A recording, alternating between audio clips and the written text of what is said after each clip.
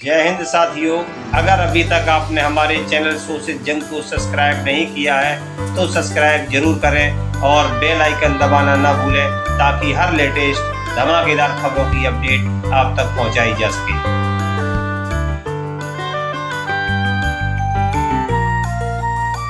यहाँ पे मणिपुर की चर्चा कर रहे हैं।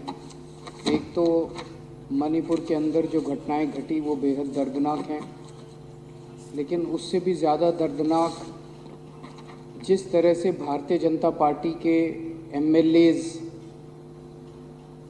जो कह के यहाँ से सदन छोड़ के बाहर चले गए और बाहर जाके चैनलों पे बाइट दे रहे हैं। वो कह रहे हैं कि मणिपुर से उन लोगों का कोई लेना देना नहीं है, मणिपुर उनके लिए कोई विषय नहीं है। मैं ये सोच रहा था, ये सारे चैनलों पे भी चल रहा है, सारे चैनलों पे चल रहा है कि भारतीय जनता पार्टी के विधायक जो हैं वो विधानसभा छोड़ के ये कह के चले गए कि मणिपुर से उन लोगों का कोई लेना देना नहीं है, मणिपुर उनके लिए कोई विषय नहीं है। पूरे देश में इस टाइम टीवी चैनलों पे ये चल रहा है और मणिपुर के लोग भी ये देख रहे होंगे। और जब मणिपुर के लोग ये देख रहे होंगे कि दिल्ली के अंदर बैठे हुए विधायक, दिल्ली के विधायक, भारतीय जनता पार्टी के विधायक साफ साफ ये कह रहे हैं कि मणिपुर से उनको कोई लेना देना नहीं है, उनके दिल पे क्या गुजर रही होगी। अध्यक्ष महोदय, ये केवल भारतीय जनता पार्टी के कुछ विधायक नहीं कह रहे, ऊपर से नीचे तक पूरी की पूरी इनकी सारी सरकारें और उनके सबसे बड़े नेता प्रधानमंत्री श्री नरेंद्र मोदी जी का संदेश है कि मणिपुर से उनका कोई लेना देना नहीं। जब से मणिपुर की घटना घटी है, प्रधानमंत्री जी चुप हैं। मणिपुर के अंदर 6500 एफआईआर हो गई 190 दिन के अंदर। 3 मई से लेकर 31 जुलाई के बीच में 6500 एफआईआर हो गई। प्रधानमंत्री जी चुप रहे। मणिपुर में 4000 लोगों के घर जला दिए गए। प्रधानमंत्री जी चुप रहे। 60,000 लोग बेघर हो गए। प्रधानमंत्री जी चुप रहे। 150 से ज्यादा लोगों की मौत हो गई। प्रधानमंत्री जी चुप रहे। 350 धार्मिक स्थल जला दिए गए। प्रधानमंत्री जी चुप रहे। केंद्रीय फोर्सेस, आसाम राइफल्स और मणिपुर पुलिस के बीच में खुलेआम झगड़ा हो गया और गोलाबारी हो गई, जो आज तक भारत में कभी नहीं हुई कि सेंट्रल फोर्सेस और लोकल पुलिस के बीच में झगड़ा हो जाए। पूरी दुनिया के अंदर भारत की थू थू हो रही है। यूरोपियन पार्लियामेंट के अंदर इस पे चर्चा हुई, अमेरिका के अंदर इस पे चर्चा हुई, वहां के नेताओं ने इसकी थू थू की, लेकिन भारत के प्रधानमंत्री चुप रहे, कुछ नहीं बोले। और एक दिन जब एक वीडियो चारों तरफ सर्कुलेट हुआ जिसमें हमारी 2 या 3 बहनों को निर्वस्त्र करके सड़क के ऊपर घुमाया गया और उनके साथ खुलेआम सरेआम कई लोगों ने मिलकर गलत काम किया, तब भी प्रधानमंत्री जी चुप रहे। उनके मुख्यमंत्री कहते हैं ये कोई आइसोलेटेड इंसिडेंट नहीं है, यहां तो ये रोज ही हो रहा है। मैं ये पूछना चाहता हूं कि एक देश का प्रधानमंत्री एक पिता के समान होता है सबके लिए। वो जो बेटियां जिनके साथ ये गलत काम किया जा रहा था, या इतनी बेटियों के साथ उनके मुख्यमंत्री का, बीरेंद्र सिंह का कहना है कि ये तो रोज हो रहा है। यहां पे लोग प्रधानमंत्री को रोज याद नहीं करते। आज मेरे घर में सब्जी नहीं बनी, घर में पानी नहीं आ रहा, तो लोग प्रधानमंत्री को याद नहीं करते। प्रधानमंत्री को याद तब करते हैं जब सारे सिस्टम फेल हो जाते हैं, तब आदमी याद करता है यार मेरा प्रधानमंत्री मेरे को बचाएगा। उन महिलाओं के लिए तो सब कुछ फेल हो गया था जिनको निर्वस्त्र करके वहां पे खुलेआम सड़कों पे घुमाया गया और खुलेआम उनके साथ गलत काम किया गया। वो तो बेटियां हैं हमारे देश की, वो तो प्रधानमंत्री जी की उम्र के हिसाब से वो तो उनके पिता समान है। पोजीशन के हिसाब से भी, उम्र के हिसाब से भी प्रधानमंत्री तो उनके पिता समान है। और जिस दिन अगर बेटियों की सरेआम इज्जत लुट रही है और बाप कहे कि मेरा इससे कोई लेना देना नहीं है, तो बेटियां कहाँ जाएंगी? बाप अगर ऐसे मौके पे मुंह मोड़ ले तो बेटियां कहाँ जाएंगी? मैं देख रहा था एक रिटायर्ड आर्मी ऑफिसर जो मणिपुर का रहने वाला है, उसका एक वीडियो सर्कुलेट हो रहा था। वो प्रधानमंत्री मोदी जी का बहुत बड़ा भक्त होता था, अंध भक्त होता था। उसका पिछला ट्विटर अकाउंट उठा के देखो, उसने मोदी जी के लिए अंध भक्ति में पिछले कई सालों से खूब ट्वीट किए हुए हैं। वो रो रहा था उस वीडियो में, और रोते हुए कह रहा था कि प्रधानमंत्री जी, मैंने नहीं सोचा था कि आप हमें इस तरह से धोखा देंगे, मैंने नहीं सोचा था कि आप हमारी पीठ में छुरा घोंपेंगे, आप हमें हमारे हाल पे इस तरह से छोड़ देंगे। ये सारे बीजेपी वाले कह रहे हैं कि ये अकेला प्रधानमंत्री आज जो पिछले 9 साल में 50 बार नॉर्थ ईस्ट गया था। अध्यक्ष महोदया, हमारा कोई रिश्तेदार हमारे खुशी के मौके पे तो रोज आए, लेकिन जिस दिन मुसीबत हो उस दिन मुंह मोड़ ले। तो आदमी तो असली दोस्त तो वही होता है ना जो मुसीबत में काम आता है। असली साथी वो थोड़ी होता है जो कि शादी ब्याह में।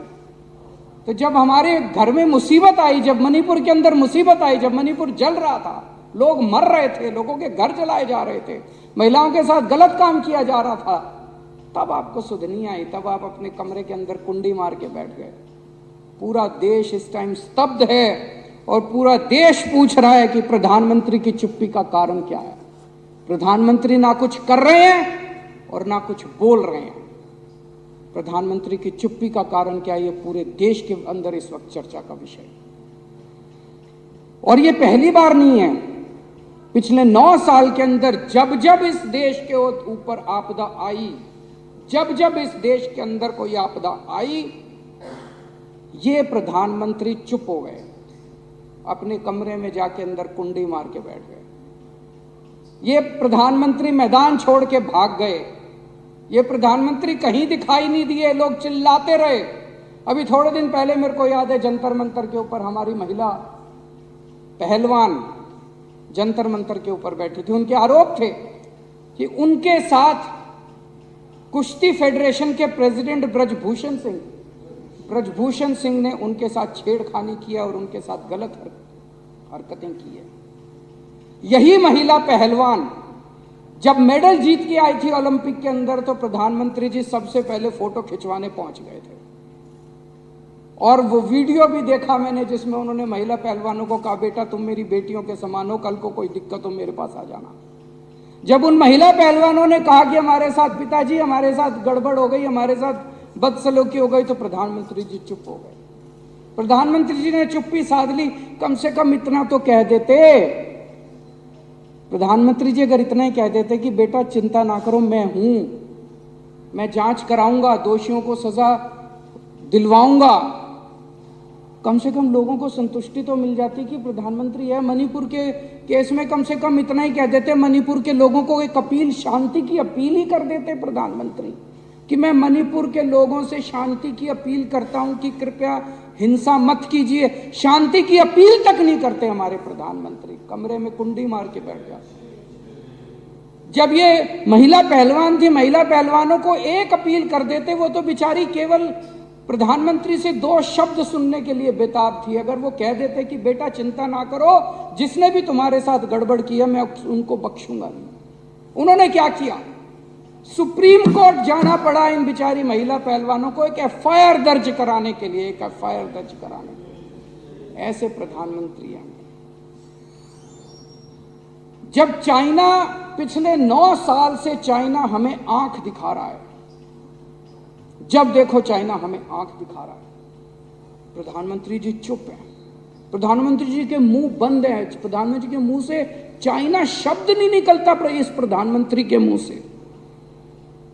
मेरे को याद है अक्टूबर 2019 में चाइना के राष्ट्रपति इंडिया आए और इंडिया के अंदर तमिलनाडु में महाबलेश्वर में दोनों हाथ में हाथ मिला के चाइना के राष्ट्रपति और हमारे प्रधानमंत्री हाथ में हाथ मिला के महाबलीपुरम के मंदिर में घूम रहे थे। उसके फोटो खींचे गए अक्टूबर 2019।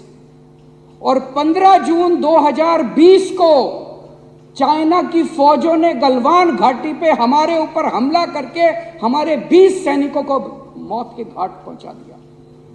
2000 स्क्वायर किलोमीटर का एरिया कब्जा कर लिया। 2000 स्क्वायर किलोमीटर मतलब दिल्ली 1400 स्क्वायर किलोमीटर है। दिल्ली से 1.5 गुना इलाका, दिल्ली से 1.5 गुना इलाका चाइना के फोर्सेस ने कब्जा कर लिया हमारा।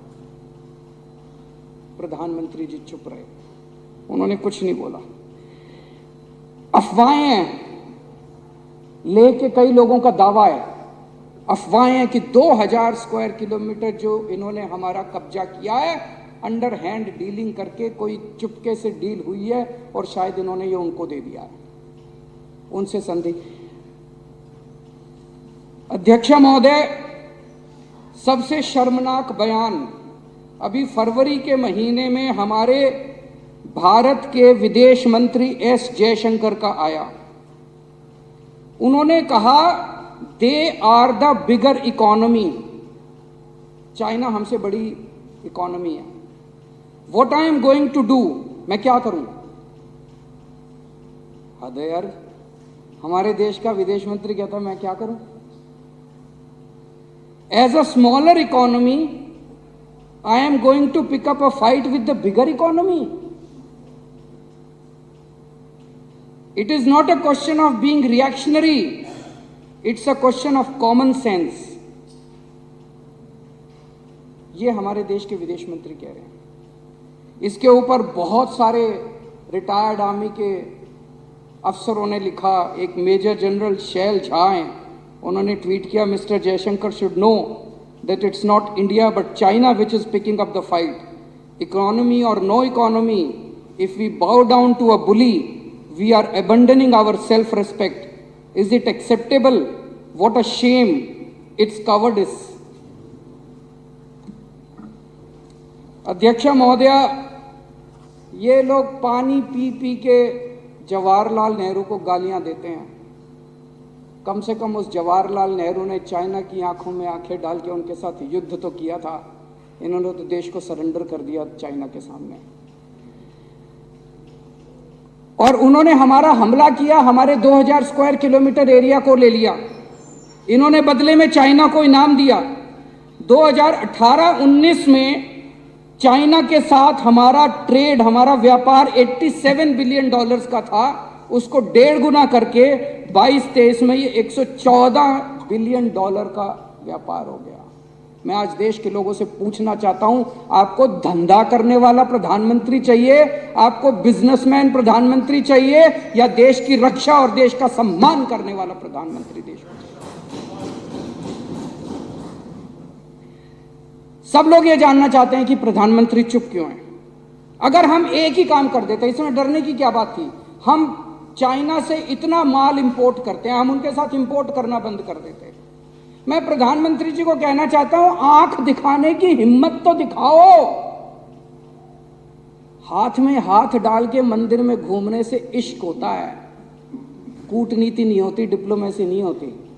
डिप्लोमेसी करने के लिए तो आपको आंखें दिखानी पड़ती है। अडानी का घोटाला हुआ, एक हिंडनबर्ग रिपोर्ट आई जनवरी के महीने में, जिसने पूरे देश में क्या पूरी दुनिया के अंदर हलचल मचा दी। दुनिया का सबसे तीसरे नंबर पे अमीर आदमी था, तीसरे नंबर पे सबसे अमीर आदमी अचानक जो है उसकी, और पूरा बॉम्बे स्टॉक एक्सचेंज तहस नहस हो गया। लाखों इन्वेस्टर्स का पैसा डूब गया, LIC का पैसा डूब गया, बैंकों का पैसा डूब गया। प्रधानमंत्री जी चुप रहे।